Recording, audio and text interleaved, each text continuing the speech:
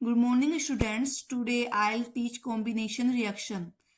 ये बहुत important topic है बोर्ड एग्जाम के लिए, तो प्लीज ध्यान से पढ़िए और अपनी कॉपी एंड पेन ले लीजिए जिससे आप सारी चीजें नोट कर सकें।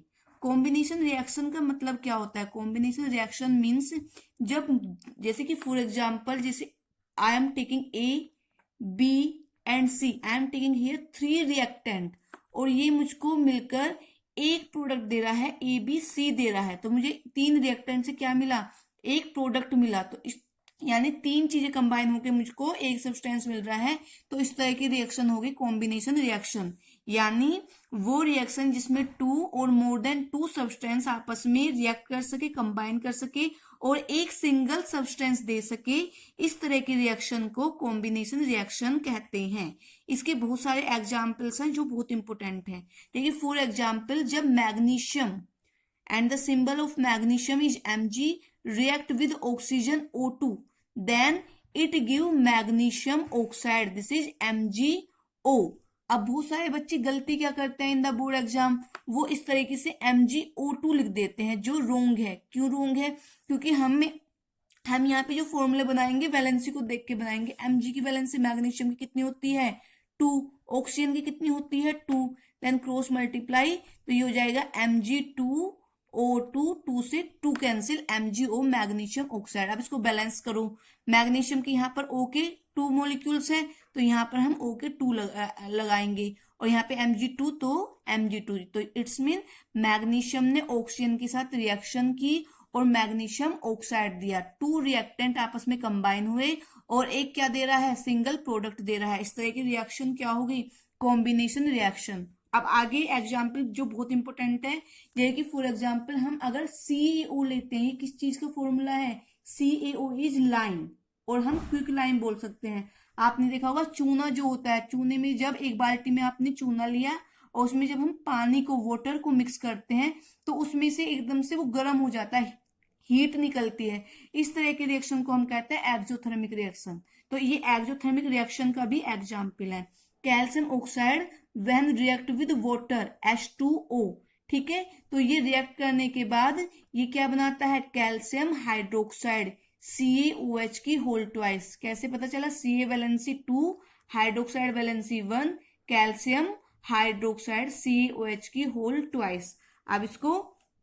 अब यानी कैल्शियम लाइम की रिएक्शन वाटर के साथ होने पर हमें क्या मिल रहा है? लाइम वाटर मिल रहा है, चूने का पानी। यानी 2 रिएक्टेंट आपस में क्या करे? रिएक्ट करा और उन्होंने एक सिंगल प्रोडक्ट दिया। तो इस रिएक्शन को हम क्या बोलेंगे? Combination reaction. अब बच्चों आपने देखा होगा कि जब इसको व्हाइट वॉश वॉल पे करते हैं तो जो एटमोस्फेयर की कार्बन डाइऑक्साइड होती है वो उससे रिएक्ट करके एक शाइनिंग सरफेस की लेयर बनाती है, चमकदार। उसे हम कहते हैं calcium carbonate, CaCO3 plus water निकल जाएगा। रिएक्शन कैसे होगी? COH की होल ट्वाइस को मैं इस तरीके से ले सकती हूँ, इसने इससे रिएक्ट करके कैल्शियम हाइड्रोक्साइड बनाया।